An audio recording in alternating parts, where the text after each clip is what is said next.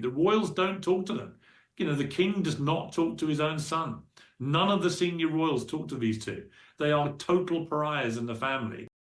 Breaking right now, Piers Morgan, a close personal friend of Queen Camilla, has just revealed that no members of the royal family, including King Charles, will speak to Prince Harry or Meghan Markle at all. All contact has been cut. According to Piers, a royal insider who you'll also remember hangs out quite a bit with Beatrice and Eugenie, the princess daughters of Andrew. I want to take you through exactly what Piers told the US broadcaster, good friend of mine, Megyn Kelly, because he's also branded Meghan Markle a nasty little bully. You won't get any disagreement from me there. We're going to get analysis from the editor of the Royal News Network, Brittany, in just a moment. But Brittany, first, we've got to watch along together because this is a bombshell after bombshell interview from Piers to Meghan. On their website, it says that they're all about compassion. They're compassionate people. They're also all about mental health and helping people with mental health. They've been very vocal about that recently, about the perils of online trolling and the effect it has on people's mental health. And yet here we are with Vanity Fair, the Hollywood Bible, the thing that Meghan was most thrilled about getting the cover of a few years ago when she got engaged to Harry, which went down very badly with the palace at the time, I can tell you. But now it reveals that actually she in particular is a nasty little bully who sends staff into therapy. Think about that for a moment. This also follows all the stories about her bullying staff over here in the UK. Many broken by which me. is unresolved. NDAs stopped all that stuff coming out, but she bullied people in a very unpleasant way over here. So it's no surprise to people who work at Buckingham Palace. They saw and witnessed all this here. So I just showed, look, they're a pair of hypocrites, they're a pair of chancers, as the Spotify guy called them, a pair of effing grifters. And they're desperately trying to maintain some kind of future as a renegade royal couple when they're no longer part of the royal family. The royals don't talk to them. The king does not talk to his own son. None of the senior royals talk to these two. They are total pariahs in the family because the only currency they have is trashing the royal family and the monarchy. And every time they try and do something else, nobody cares. No one cared about their podcast series. Nobody cared about the polo series recently. Nobody cares about any of it. All they want to hear is the dirt. And these two, for 5 years, have reveled and wallowed in royal dirt for vast amounts of money. And that's what makes Prince Harry's ongoing campaign against the UK newspapers, which had another flare-up this week, so laughably hypocritical. Brittany, well, lots to pick up on there. I totally agree with Piers's analysis on the Megyn Kelly show. But the most critical thing, the most newsworthy thing for us to discuss is the fact that no senior member of the royal family will even speak to Harry or Meghan now. Now, of course, we knew that William had cut contact and we knew that Charles would try and avoid phone conversations with Harry as much as possible. Angela Levin and Lady Colin Campbell had revealed that right here on Outspoken. However, remember, Piers is a royal insider, close friends with Queen Camilla, close friends with the princesses Beatrice and Eugenie, regularly socializes with both. And he says both Harry and Meghan, now pariahs within the royal family, completely ignored. Maybe not a surprise, but very fascinating to hear. It really is, Dan, because they used to all be so close in many ways, especially Harry with Beatrice and Eugenie. They were really had seems like a good friendship at one point, but no one is surprised by this because as time has gone on, as Mexit has gotten further away, they've had these mega deals, but the only thing that actually sells is their connection to the royals. So if you cut that off, Harry and Meghan really have to prove themselves on their own merits. And as it turns out, they can't do it. They don't have either the talent, the creativity, or whatever to come to bear in this situation and actually create decent content. And so if the royal family stars them of the only thing that's going to make them money, then I don't know what they're going to do because trying to be royals here in the United States is not going over very well. So we don't want them to be royals here. They can live here, but they can't be royalty here. And Harry and Meghan don't seem to quite get that yet, although it might be sinking in with the new administration. But this has been just an absolutely epic disaster for Harry and Meghan. And you got to think, especially Harry, he's lost his relationship with his entire family basically at this point. So, but it's all of his own doing. So he has nobody to blame in this situation but himself, and I would argue probably his wife as well. Of course, but how disgusting that at a time when he should be there for his dad, right? His dad is suffering from very serious cancer, Brittany. Again, all he does is create strife, to the fact that actually Camilla says to Charles, no, just have nothing to do with him because it's not going to be good for your health. Yeah, I mean, that is really the healthiest approach for him at this point. Harry Yep. has had multiple opportunities, I think, to try and make inroads to recognize the failure of his ways. But what I came across, I think it was in the Vanity Fair piece, although it might have been maybe a Daily Beast piece that kind of followed that, was talking about how Harry still doesn't really get it. He doesn't understand the damage that Spare did to his relationship with his family, that Netflix did, that Mexic did, that Oprah did to his family. He still doesn't quite get it. And because of that, he can't even recognize his own faults in the situation. And of course, that has been Harry and Meghan's entire brand, is to blame everybody else when trouble follows them and not recognizing that usually about 9/10 of the time, they are the cause of their own problems and issues. It all comes back to them. And I think it's horrific given Charles's cancer, obviously Catherine going through her whole cancer treatments as well, that they really could have used Harry. They really could have used Harry in that moment. And he, of course, chose selfishness and greed, I would argue, over duty and family.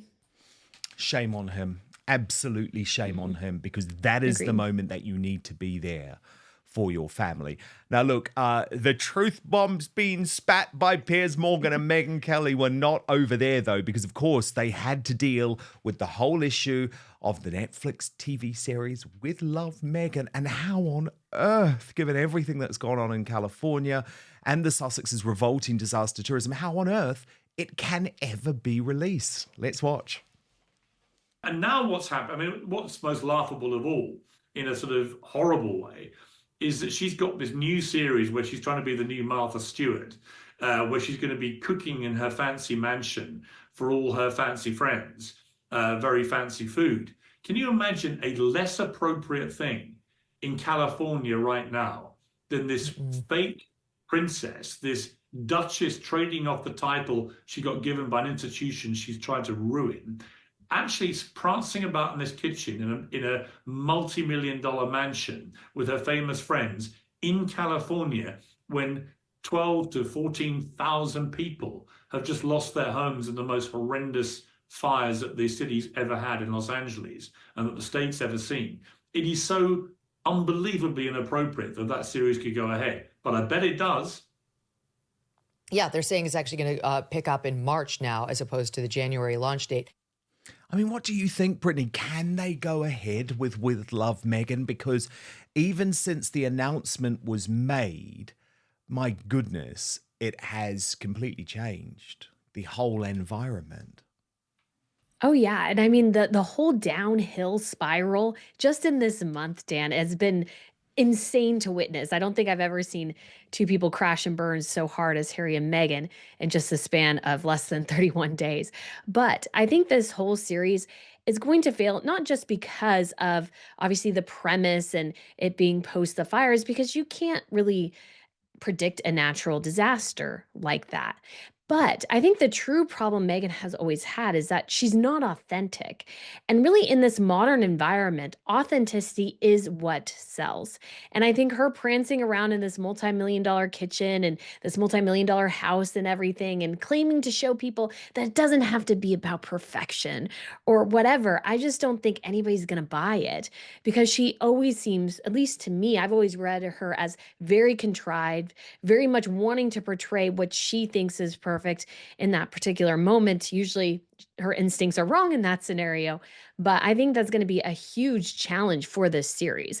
Not only dealing with the fires and so many people out of their homes, but I think the indulgence of wealth that I feel like will come through this, the pretentiousness and all these things. I think everybody's just going to take 2 looks at this show and go, no. But what are they going to do? They desperately need content in order to still get some of that pot they have from Netflix for whatever they're going to produce. But they get it wrong every single time. And so it's just going to be another epic train wreck for the 2 of them. And yeah, I mean, again, they only have themselves to blame here. There's a million different directions they could have taken this, but I think she chose probably the worst route possible. But not according to Meghan, Brittany, because according to Meghan, Never we're meant to Meghan. feel sorry for her.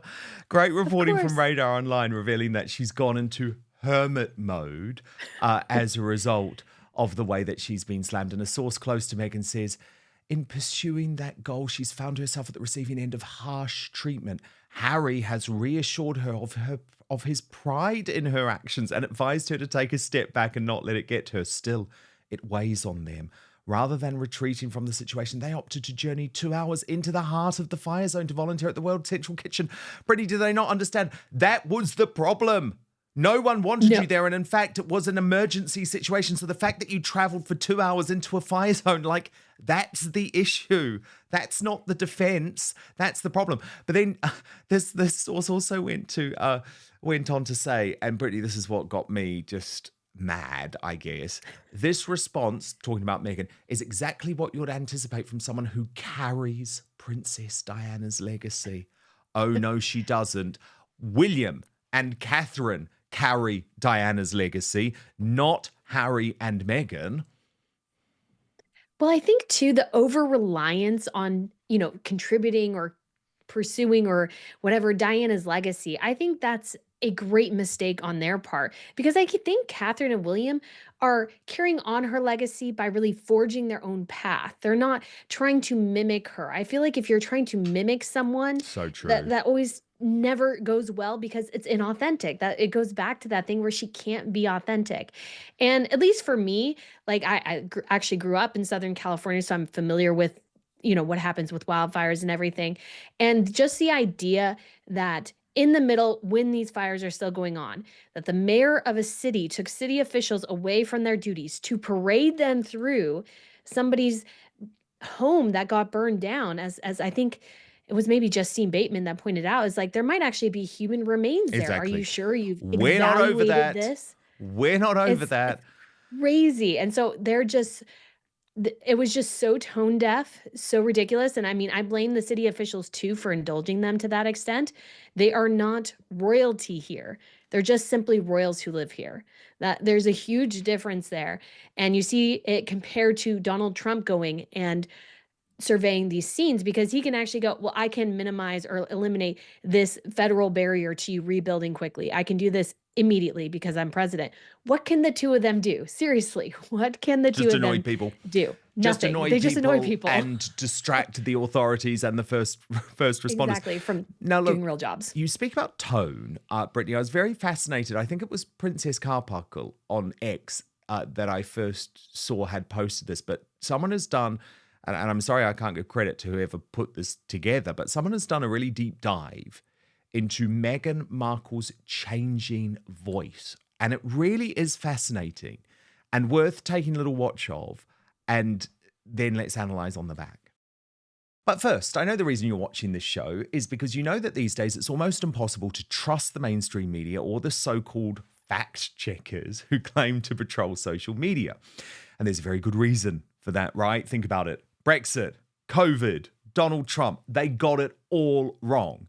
So I've got the solution. Today's sponsor, Ground News, is the only safe way to consume the headlines. And you can go to ground.news/outspoken to check it out for yourself. But what I want to actually do is show you this website and app in action. So let's look at the recent story about Elon Musk falling out with Nigel Farage. It was over Tommy Robinson, of course. And the legacy media wanted to whip up this story to destroy all 3 men.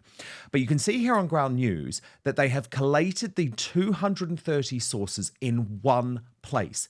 Then it instantly shows how the story is being covered by the media, but broken down by whether the media organizations lean to the left or the right. This is the illustration bias distribution service.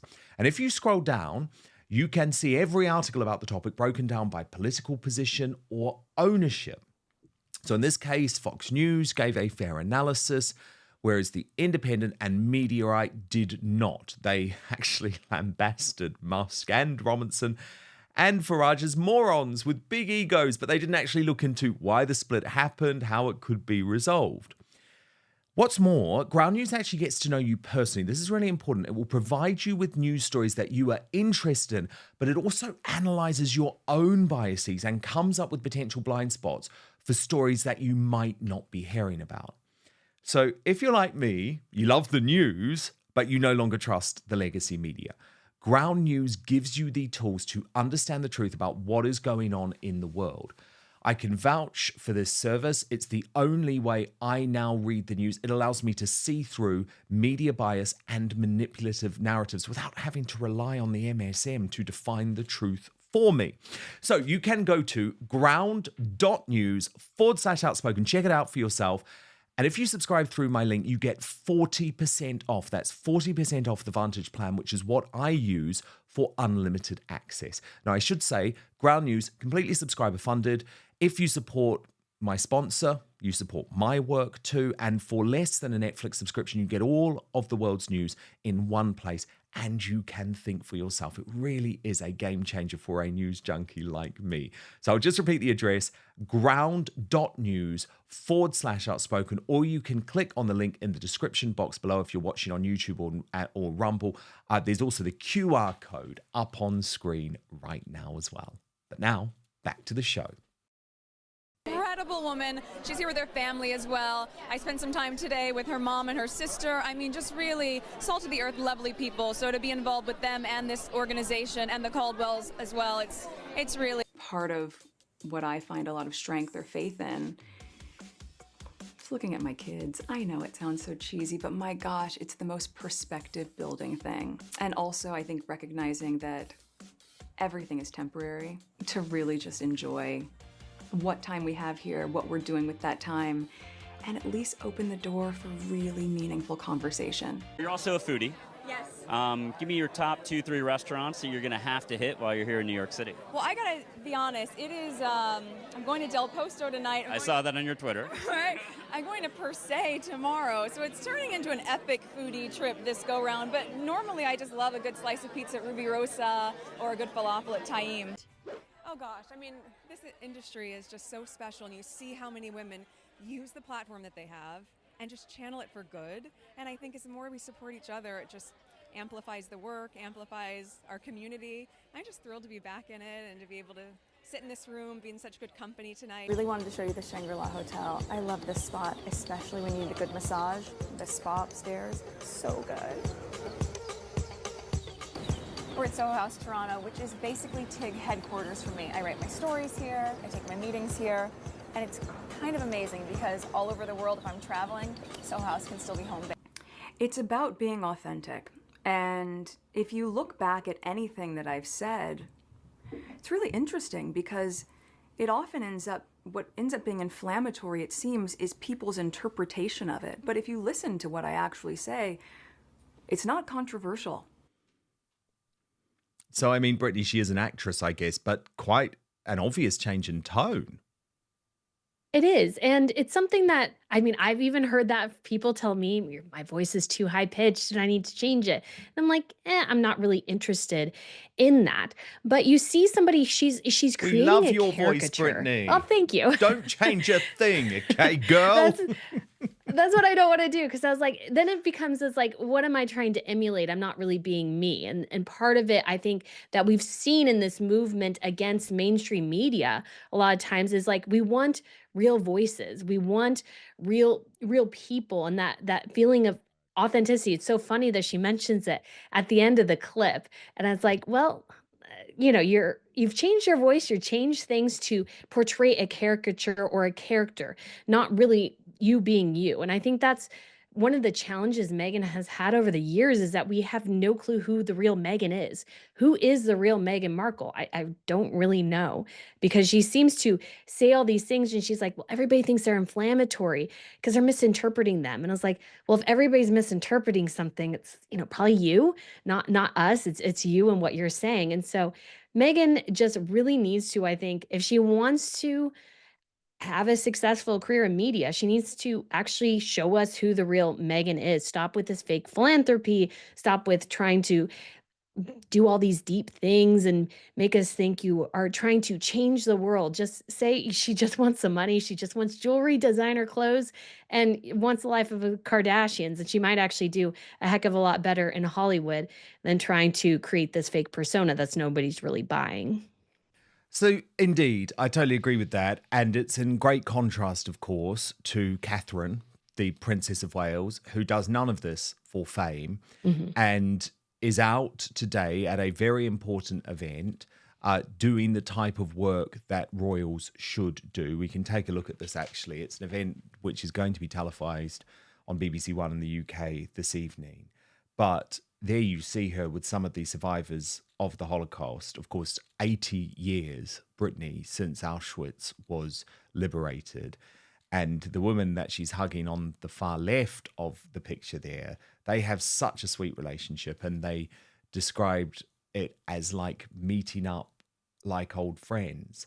And the problem is that Meghan never actually understood that this is what royal life is really about. And I think it is worth just taking a moment to really appreciate that Catherine is very much back. She makes a big difference at these types of events because, the royal family was maybe lacking in a little bit of manpower, a little bit of glamour. And it's just so brilliant to see her there, isn't it? On what has been, let's just be honest about it, an absolutely harrowing day. Look at King Charles here. He actually went to the service at Auschwitz and incredibly emotional. And this is the role of the royal family, isn't it? To be there at historic moments like this. Exactly. And you can actually see right next to him is Queen Matilda of the Belgians, and you have King Frederick over on his other side as well, because so many of the royal heads of state actually went to this event because it's so important to commemorate something like this. And this is what royals do and are so great at, because it's beyond the politics. It's about connecting with people and giving people a voice. Because what's so cool, we don't really even have this in the States because our president is both head of government and head of state. But what royals do is that they can go in and they can listen to people who would not get a microphone, would not get a platform, and hear their stories and connect with them and share those with the broader public. I think it's so cool and so unique and very, very important thing that royals do. And to commemorate this day, which is so incredibly important for all of us to remember. I've been to Auschwitz-Birkenau over there near Krakow in Poland, and it's a very moving place. It's a very terrible and horrible place, but we can never forget. And so I think it was so important for Charles to be the first UK monarch to actually go and visit this site of unbelievable terror and horror. And so I'm so excited that he went, and I'm so grateful to see so many royals representing their country and their people. Often some of them in particular were greatly impacted by the Holocaust. And then you have actually Denmark. I'll share something real quick. Denmark is actually a really cool case because they were able to evacuate the vast majority of other Jews to Sweden and saved pretty much all of them. So you have great, I think royals in that space were critical in trying to be part of that effort. So it's a great thing to see them there, and so exciting to see Charles meeting with survivors, because remembering their stories is so critical, because in the next 5 years, we don't know how many will be left. Many of them were young children at the time. So we're losing generations. And I think that's such a terrible thing. So hopefully we can continue these celebrations, or not celebrations, commemorations, and just never forget what happened during that time. Absolutely agree. I absolutely agree. Very well put, Brittany. Thank you so much for watching Dan Wootton Outspoken. Please click on my face just to the bottom left to subscribe to this brand new independent news source, and turn on the notification bell so you'll be alerted to our brand new live shows, uncancelled interviews, and special royal episodes.